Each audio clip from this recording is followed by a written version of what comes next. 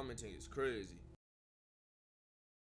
This is the story of Junko Furuta, widely considered to be one of the worst crimes ever committed in human history. Okay. So for the love Would of you God, get your please dick pierced no numbing cream for 500 mil? Yeah. don't watch this if you're sensitive to extreme violence, especially of the sexual variety. What? Trust me. What? What? No, no, no. Junko Furuta was a young woman who was born in Misato. Okay, I'm already in a bad mood. I'm already in a bad mood. I'm already in a bad mood. I'm already in a bad mood. I'm already in a bad mood, bro. I'm already in a bad mood. I'm already in a bad mood. I'm already in a bad mood. I'm already in a bad mood. I'm already in a bad mood. In the Saitama prefecture of Japan. Her family consisted of a mother, father, an older brother, and a younger brother. She attended high school at a school in Saitama while working part-time at a plastic molding factory after school. She was saving up for a big graduation trip she was planning. She was in high school? She was all set up to start working at an electronics store after she graduated. She was fairly popular and well-liked by her classmates. She had great grades and was hardly ever absent. She was active, attractive, and attracted a lot of attention, which made some people jealous. She didn't drink, didn't smoke, and definitely never touched any drugs. This made her seem very lame in the eyes of the thugs around the school, the Yakuza wannabes. One of the boys in this group was named Hiroshi Miyano. Oh no. He actually developed a bit of a crush on her and wanted to get physical with her. He proposed this and she refused. Hiroshi was a pretty big bully in this school, one of the only ones actually involved with the younger members of the Yakuza at the time. Usually, nobody dared defy him. He couldn't believe that Junko actually had the gall to turn him down. Hiroshi did not take this well at Hiroshi, come to the States and try that shit, hoe ass nigga. all. Stuff you in a fucking locker. Krillin, fuck you. I don't even know what you did in this fuck you, nigga. He couldn't believe that anyone would ever reject him. He took it as a complete and total insult. He got together with a few of his wannabe Yakuza buddies and they all hatched a plan to get revenge on Junko. They would get another one of their friends to attack Junko, and then Hiroshi would come to the rescue. After he won a bit of her trust, they... Yo, what? He was plotting like that? Yo, act like she's about to get hurt. I come save her, ass nigga. could take her wherever That's some niggas who do that shit. I feel like niggas, literally, I feel like niggas do that shit. What the fuck? they wanted. What past script? November 25th of 1988, Junko was riding her bike home from her part-time job when an unknown boy attacked her and knocked her off of her bike. The boy who liked her, Hiroshi Miyano, was conveniently across the street while the whole thing happened. He came to Junko's aid and scared off the random boy. He then offered to escort her home. Everything seemed to be going as planned. While Junko didn't actually trust him, it seemed better than the alternative of possibly being attacked again. She didn't have any idea that Hiroshi harbored any sort of hatred towards her. Right. She wouldn't have imagined that he would be planning anything like this. Wait. Hiroshi took There's Junko more? into an abandoned warehouse. What? I thought he was just slowly trying to rizz her or some shit. It's like an evil plot, like a more. What the? And revealed his Yakuza connections to her. He then took his time raping her over and over. Then he took her to a hotel. In the hotel, he called his friends, Joe Ogura and Yasushi Watanabe. From then on, he and his 3 friends took turns assaulting her. Unfortunately, this was not their first time doing this, as they had just recently done it to another girl in the past few weeks. They decided that they were having far too much fun to just set her free again. There was also the possibility that she would call the cops and tell them what happened, and they couldn't have that. The next morning, Hiroshi took Junko to a nearby park, where Joe, Yasushi, and a 4th boy, Nobuharu Minato, were waiting. They learned Junko's address and used it to threaten her, telling her that they would kill her entire family if she tried to get away. The 4 teenage boys then took her back to Minato's parents' home where they continued to assault her. This is where, for 42 more days, she would be held prisoner. On the third day that Junko was missing, her parents were dealing with the police, trying to get her found. Knowing this would happen, the captors made her call her parents and tell them that she had run away and was staying with a friend, safe and sound. She was forced to ask her mom to stop the investigation. They held Junko captive in the bedroom, forcing her to pose as one of the boys' girlfriend. It didn't take long for the parents to realize that this was a lie. Eventually, they dropped the whole girlfriend act altogether, as it was very clear that they weren't going to get in any trouble. Immediately after arriving at the home, the boys forced Junko into becoming their toy. They beat her relentlessly and raped her countless times a day, often taking turns. They were proud of what they were doing, regularly boasting to their friends that they had a woman trapped and ready for their personal use.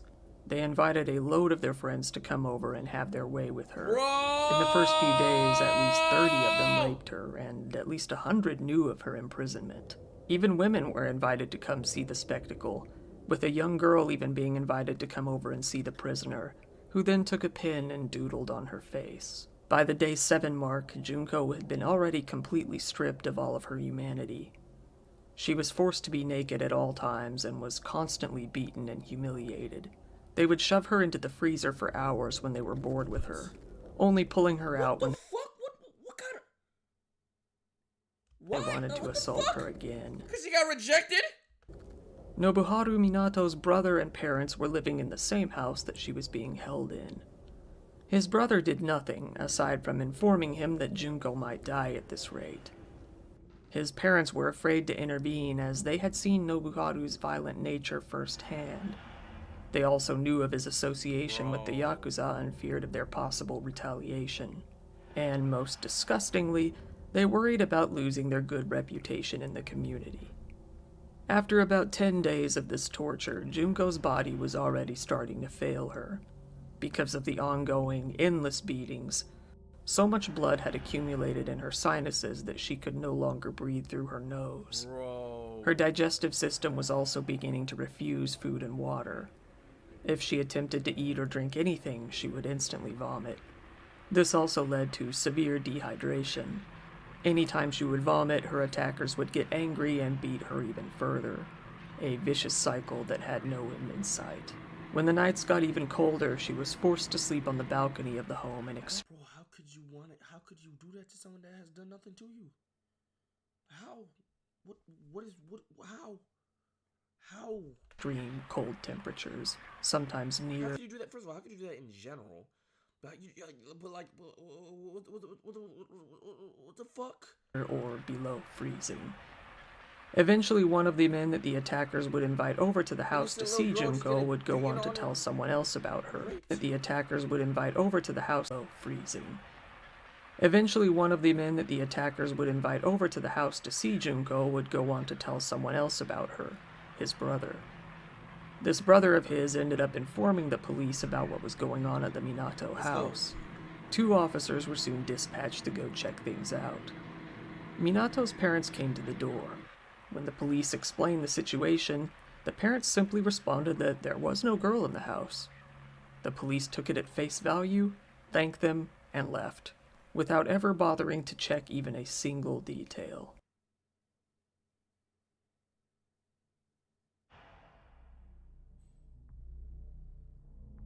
After 20 days of torture, Junko was rendered completely unable to walk. She had had lighter fluid poured on her legs and set on fire, leaving her with severe burns. Her legs had also been targeted so severely during the beatings that they were left with severe muscle damage. She was unable to grip anything with her hands anymore, as they had been smashed with dumbbells to the point where her bones were crushed and her fingernails were shattered. Some nights later, the attackers got more rowdy than usual and ended up drinking too much. Junko took this as a chance to try to escape. She crawled down the stairs from the bedroom and reached the phone downstairs. She picked up the phone and began to call the police. The phone rang, and an officer picked up. Just as she was about to speak, Hiroshi came up behind her and grabbed the phone from her hands. He put the receiver to his ear and said, "I dialed by mistake," hanging up the phone. She was then pulled back into the bedroom. She was in complete terror, as she would obviously be severely punished for this. And she was correct. They punished her by holding her down and taunting her by waving a candle's flame all around her. Then they covered her entire body, mainly her legs, in lighter fluid and set her on fire once more. Afterwards, she started convulsing. The boys told everyone that she was faking it and set her on fire once again, only to put it out shortly after. Somehow, she survived. From this point on, she began begging her captors to just kill her and be done with it. They wouldn't grant her that favor. After being set on fire, they discovered a new way to torture her. The boys would hold her head against the concrete while the others would jump on it. One can only imagine what kind of pain and damage this would have caused. After about 30 days, Junko was no longer able to urinate properly. She had suffered severe damage to her genitals after they had been burned with cigarette lighters. She also had various foreign objects inserted into her, many sharp and jagged. Even fireworks had been inserted into her. The fireworks were not limited to only one orifice, as they were also inserted into her anus. My stomach, my stomach, my stomach, my stomach, my stomach, my stomach, my stomach, my stomach, my stomach, my stomach, my stomach, my stomach, my stomach, my stomach, my stomach, my stomach.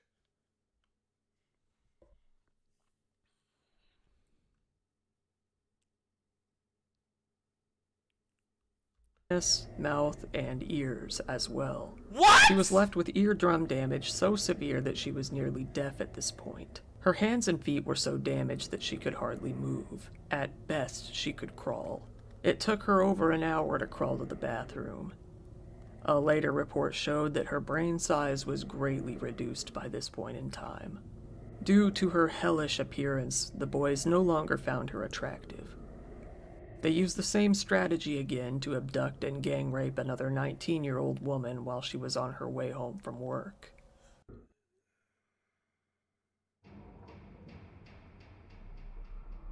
During these 44 days of hell, Junko Furuta was forced to withstand the most unspeakable torture and suffering that a person can imagine. Some of what was done to her includes being raped many times every single day, day and night, in all orifices. More than 100 men are believed to have raped her by the end. Sometimes she was raped by up to 12 different attackers in a single day. Constant humiliation. She was forced to be left naked most of the time. Many of the men who raped her also urinated on her. She was forced to pleasure herself in front of the attackers for their entertainment. She was beaten physically every day. She was beaten with golf clubs, iron rods, bamboo sticks, and various other objects. She had dumbbells dropped all over her body, and her head stomped against the ground, face first. Nigga, you have wait, who pulled that?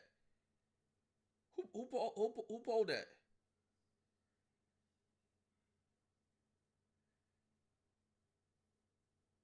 So like a Damage poll.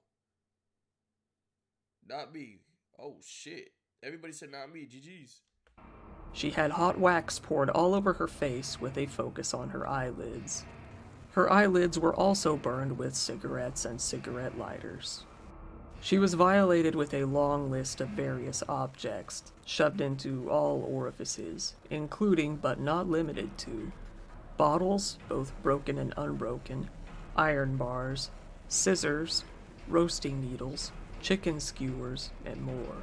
She was given only the strict bare minimum of food and water. At times, she was forced to eat cockroaches and drink urine. She had fireworks put into all of her orifices, leaving damage and severe burns. She had her left nipple ripped off by a pair of pliers. She would be tied up flat on the floor and had dumbbells dropped all over her body. The drops on her abdomen were so hard that it caused her to lose all control of her bowels. She was hung from the ceiling and used as a punching bag. She was shoved into a freezer and kept there for hours at a time. Her eyelids were burned with hot wax and lighters when she closed her eyes in fear. Her breasts were stabbed with sewing needles, the needles often being left inside. Her genitals were burned with cigarettes and lighters. She had a hot, lit light bulb inserted into her vagina and moved around until it shattered.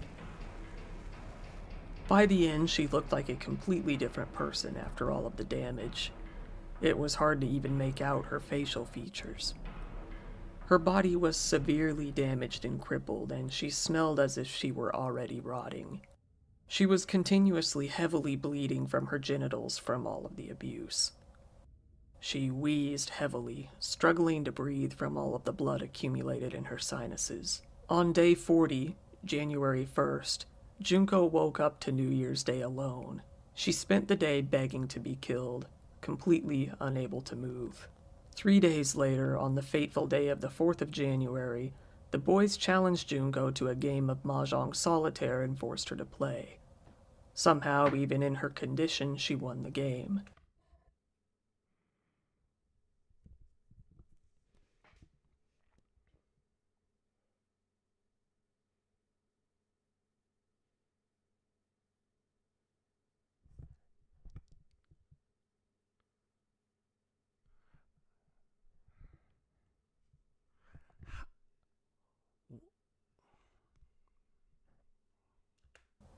This infuriated her captors, who treated her to a severe beating with an iron barbell, and then poured lighter fluid all over her arms, her legs, her stomach, and finally her face, dumping lighter fluid even into her eyes.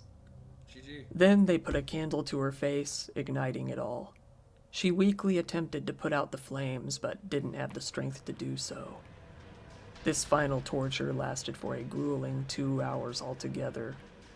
Already having been in a horrible condition, Junko went into shock and finally died the following day.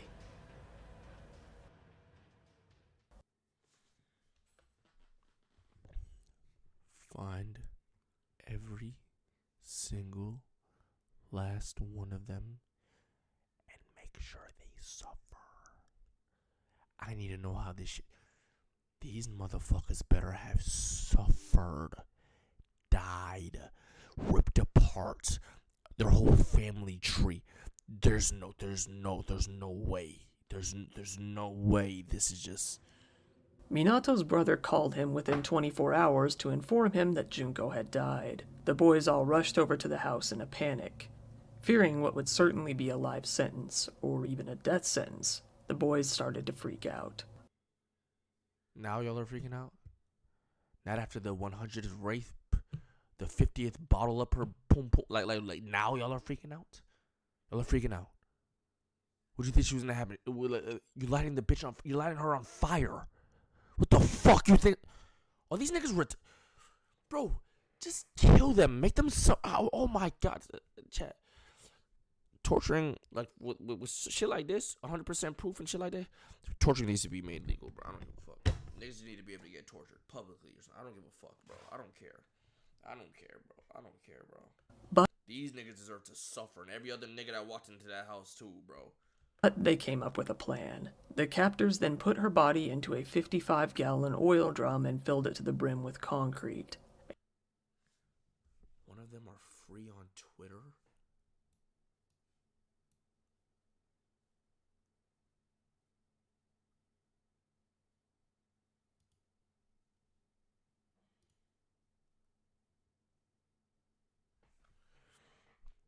Why is it wrong to reflect on the shameful incident from your childhood and state that what is wrong now is wrong?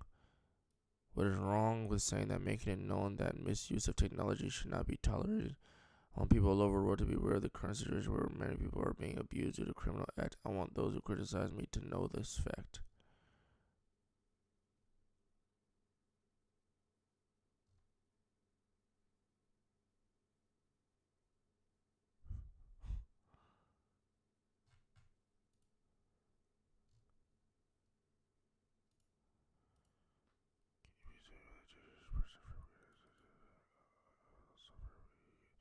He was arrested for attempted murder and around 3 months later.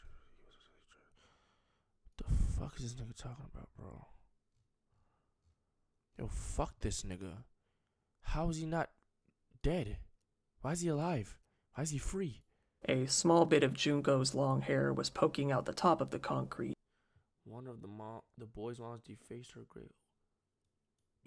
Some One of the boys' moms defaced her grave afterwards, and she ruined his life. What the fuck? Something they apparently didn't notice. They disposed of the barrel at a construction site in Koto, Tokyo. Seeing that place now, you'd never imagine something like this was buried there. There was originally a good chance that the police would never find out who did this. There weren't any clues to go on. Luckily, Hiroshi is a moron. While he was being questioned by the police 2 weeks later involving their recent gang rape of the unrelated 19-year-old woman, he got confused and thought the police were talking about Junko, as the cases were so similar. And thinking that one of the other boys must have already confessed, he spilled the beans. He realized his mistake, but it was already too late, and he told the police where they had hid the body. Joe Ogura had already been arrested for another unrelated sexual assault case. He was quickly also arrested for Junko's case as well. The other boys were then arrested within the next few days. Later, the drum was finally opened and the concrete was broke open, revealing Junko's long-deceased body in a nightmare-inducing, horrific condition. Junko's family was notified and told of what happened to her in detail. When her mother heard the details of what was done to her, she fainted. She ended up in a long-term stay in a psychiatric hospital. An autopsy was performed on Junko, revealing the true horror of what had happened to her. Small bottles were found still stuck in her rectal cavity, and it was revealed that she was pregnant, although the damage to her uterus was severe.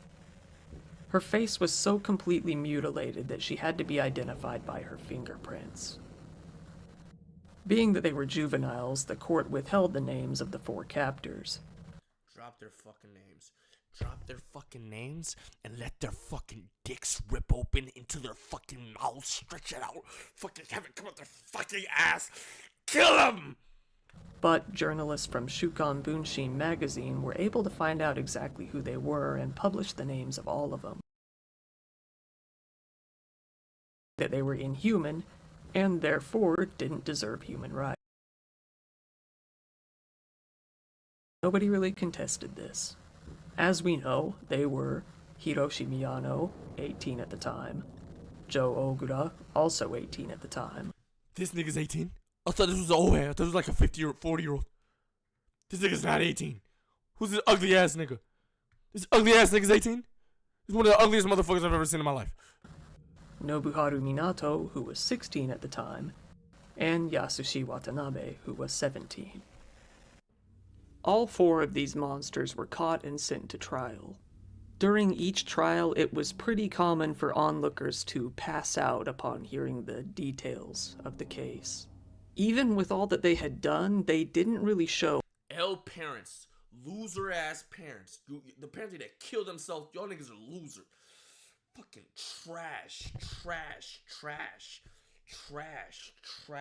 Bro, there needs to be some type of test you could give motherfuckers to be able to give birth, because there's something, like, there's no fucking way motherfuckers like that should be able to bear children and give birth to this life. There's no way. Ugly ass motherfuckers. Stupid ass motherfuckers. Everything. Any semblance of remorse. And despite all of this, they received extremely light sentences for such horrific crimes. They were actually still being tried as juveniles, but after much backlash, they were changed to adult status. Still, after being upgraded to adult status, they received unbelievably light sentences. Something that, to this day, continues to enrage people who hear about this case. The boys, somehow, were not charged with murder. Instead, they received a charge called causing bodily injury resulting in death. In Japan, the juvenile court system is far more focused on rehabilitation rather than punishment. Something that you'll remember if you saw my Yukio Yamaji video. Usually this means that juveniles will end up getting relatively very low sentences. Hiroshi was sentenced to 20 years in prison. Minato got a 5 to 7 year sentence himself. Watanabe got 9 years, and Joe got an 8-year sentence. Why?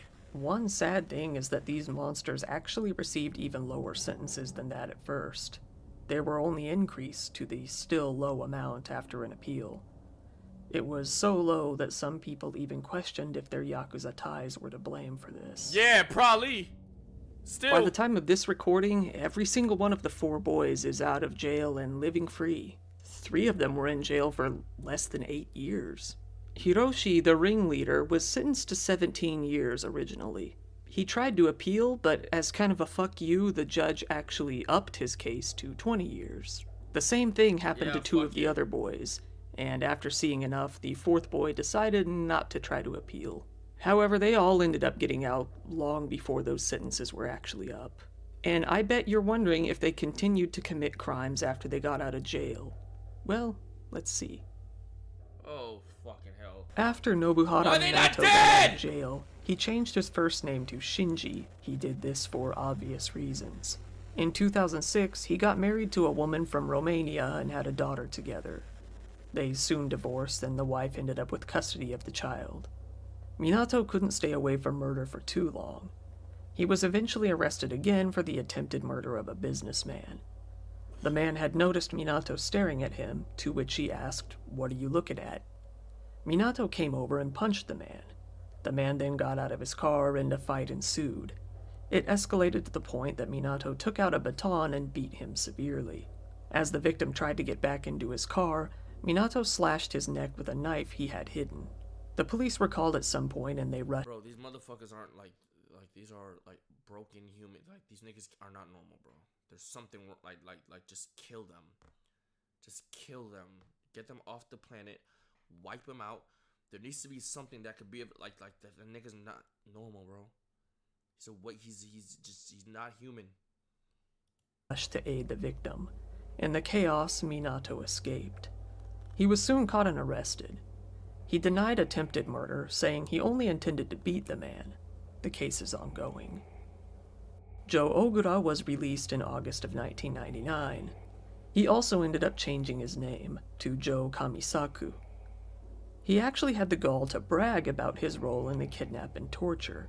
His father had vowed to give their entire life savings to Junko's family out of shame, but Joe ended up taking this money and using it for himself to live a fairly extravagant lifestyle. What? Hey, stupid ass idiot parent. Why did it take you so long why did you have to wait for your fuck ass son to get out of jail to come up with that idea? Should have given it to them that first fucking year he got arrested, fuck nigga. Idiot. Stupid. I hope you're dead. Joe's mother wasn't much better, as she actually vandalized Junko's grave, saying that it was Junko who ruined her son's life. Joe actually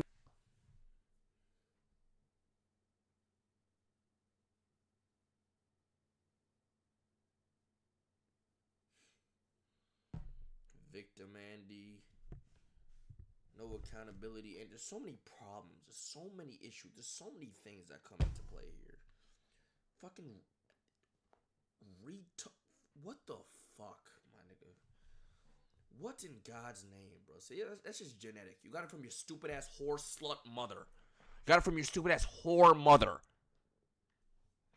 managed to find some women to date him. The dad seemed like he had some bro. He ended up marrying a Chinese woman, but the marriage didn't last too long. Afterwards, he started dating another woman. He went back to prison in July 2004 for 7 years for beating a guy he thought was luring his girlfriend away from him. He had kidnapped and beaten the man for 4 hours. He proudly told the victim that he had killed before and would do it again. He was sentenced to 4 years in prison. But in 2009, he was once again free, and he is still free to this day. The ringleader, Hiroshi Miyano, went right back into his previous gang activity immediately after being released from prison. He was arrested for fraud at some point after this, but didn't see jail time for it. Right now, it seems that he's living a fairly normal life. Some might even say a good life. He is a regular patron at a local kickboxing gym and appears to have a normal social life. Yo, one of you niggas is gonna come in there with some fucking coon eyes and slice the nigga's eyes out or some shit, bro. As of now, Yasushi Watanabe is the only one of the 4 boys who hasn't been arrested since. Because of that, it's not really known what he's been up to. Since the investigation first started, the police have been able to get DNA from the sperm and pubic hairs found in evidence to link several more criminals to the crime, including 2 men named Koichi Ihara and Tetsuo Nakamura, both of whom were arrested, and there are probably many others who have not been revealed to the public. It is unknown if they will all face any sort of charges. Time will tell. So there it is, the worst case I've ever heard of. I get this question a lot, and it's just always this one. There are a couple of others that come kinda close, but it's really hard to top something like this. I mean, you've got the brutality, the length, the scale. I mean, just the worst that I've ever heard so in my life. asking if you like this video seems a little bit fucked up. So if you enjoyed this video, please give it a like. It helps me out. Although I doubt this video is going to really be pushed, but I'm sorry, I can't like this video. if you like dark content like this, good coverage, I appreciate your coverage. I can't like this video game. I'm sorry, I know it's not you, but be sure to subscribe. I do a lot of it. And if you'd like to support this channel even further, I do have a Patreon page that's linked in the description. Speaking of which, shout out to my top patrons: David McLaughlin, Marsh, Buffa Zerk. Yo, girl, ladies, bro, please stay safe, bro. Don't walk home alone. None of that shit. Don't, my nigga.